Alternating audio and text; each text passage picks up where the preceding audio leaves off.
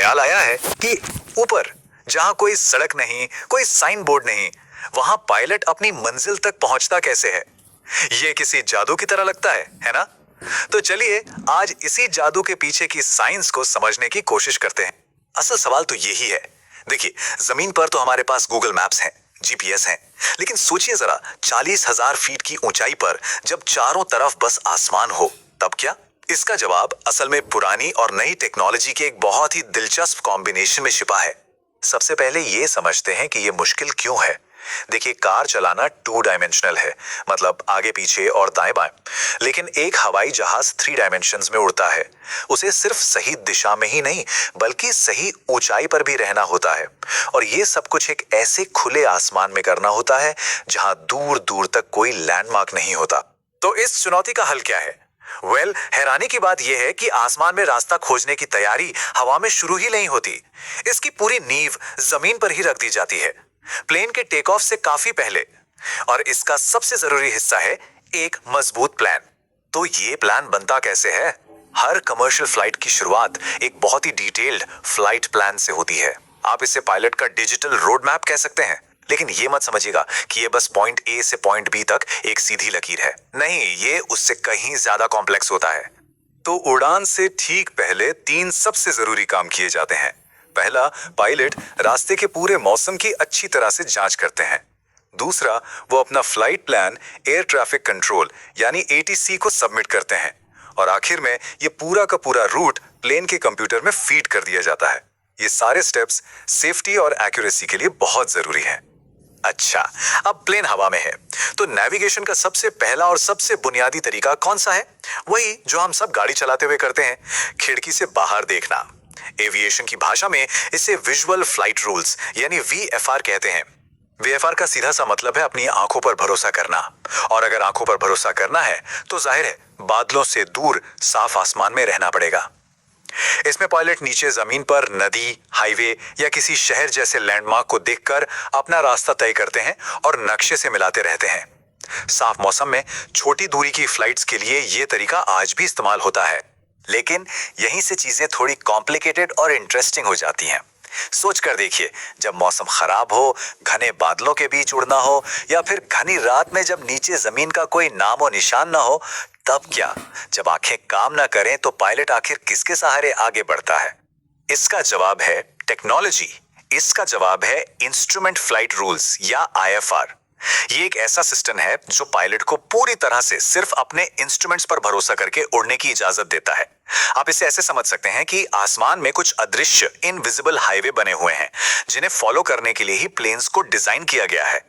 तो वीएफआर और आईएफआर में फर्क बिल्कुल साफ है।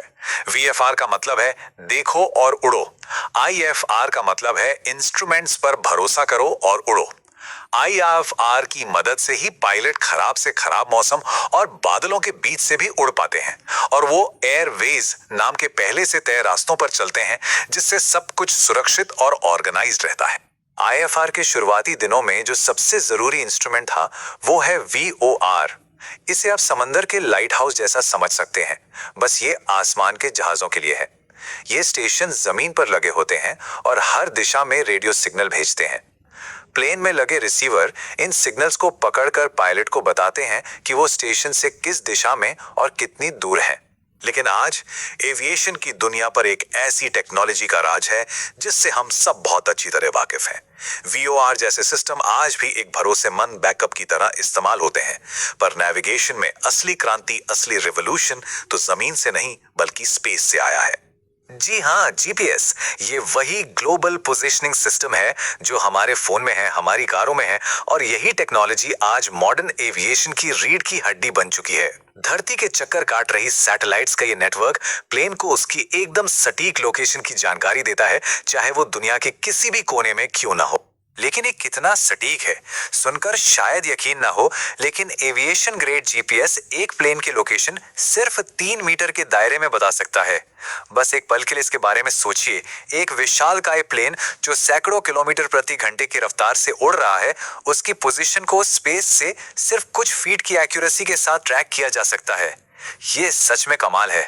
तो इतना सारा डेटा आ रहा है वीओआर से, जीपीएस से, दूसरे सेंसर्स से। पायलट इन सबको मैनेज कैसे करते हैं? यहीं पर एंट्री होती है फ्लाइट मैनेजमेंट सिस्टम यानी एफएमएस की। आप इसे प्लेन का दिमाग समझ सकते हैं। ये एक पावरफुल कंप्यूटर है जो सारे डेटा को एक साथ मिलाकर पायलट के सामने स्क्रीन पर एक आसान से नक्शे के रूप में पेश करता है। चलिए अब आते हैं सफर के सबसे नाजुक और सबसे जरूरी हिस्से पर, लैंडिंग। जब प्लेन अपनी मंजिल के बिल्कुल करीब होता है तो नेविगेशन में परफेक्शन, मतलब जरा सी भी चूक की गुंजाइश नहीं होती, खासकर जब बाहर विजिबिलिटी बहुत कम हो। और इस मुश्किल काम के लिए पायलट एक और जबरदस्त टेक्नोलॉजी का इस्तेमाल करते हैं, आईएलएस यानी इंस्ट्रूमेंट लैंडिंग सिस्टम। सोचिए, रनवे से दो खास तरह की इनविजिबल रेडियो बीम निकल रही हैं। एक बीम प्लेन को बताती है कि दाएं बाएं कितना रहना है और दूसरी ये कि ऊपर नीचे कितना रहना है। प्लेन का सिस्टम इन बीम्स को पकड़ लेता है और पायलट कॉकपिट की स्क्रीन पर बस एक गाइड को फॉलो करते हुए एकदम परफेक्ट तरीके से प्लेन को रनवे पर उतार देते हैं। तो जैसा हमने देखा, ये किसी एक चीज का खेल नहीं है। पायलट की अपनी आंखों से देखने की कला से लेके सैटेलाइट से आने वाले सटीक सिग्नल्स तक, मॉडर्न पायलट इन सभी टेक्नोलॉजीज का एक साथ इस्तेमाल करते हैं। ये बिल्कुल एक ऑर्केस्ट्रा की तरह है जहां हर इंस्ट्रूमेंट अपना रोल निभाता है ताकि हर उड़ान अपनी मंजिल तक सुरक्षित पहुंच सके। और ये सब हमें एक आखिरी सवाल पर लाके खड़ा कर देता है। जब टेक्नोलॉजी इतनी एडवांस हो चुकी है कि वो एक प्लेन को खुद ब खुद रास्ता दिखा सकती है, लैंड करा सकती है, तो फिर कॉकपिट में पायलट की असली भूमिका क्या है? शायद अब उनका काम सिर्फ प्लेन उड़ाना नहीं रहा, वो अब एक सिस्टम मैनेजर हैं, एक प्रॉब्लम सॉल्वर हैं और सबसे बढ़कर वो उस इंसानी सूझबूझ का आखिरी सुरक्षा कवच हैं जिस पर हम सब भरोसा करते हैं।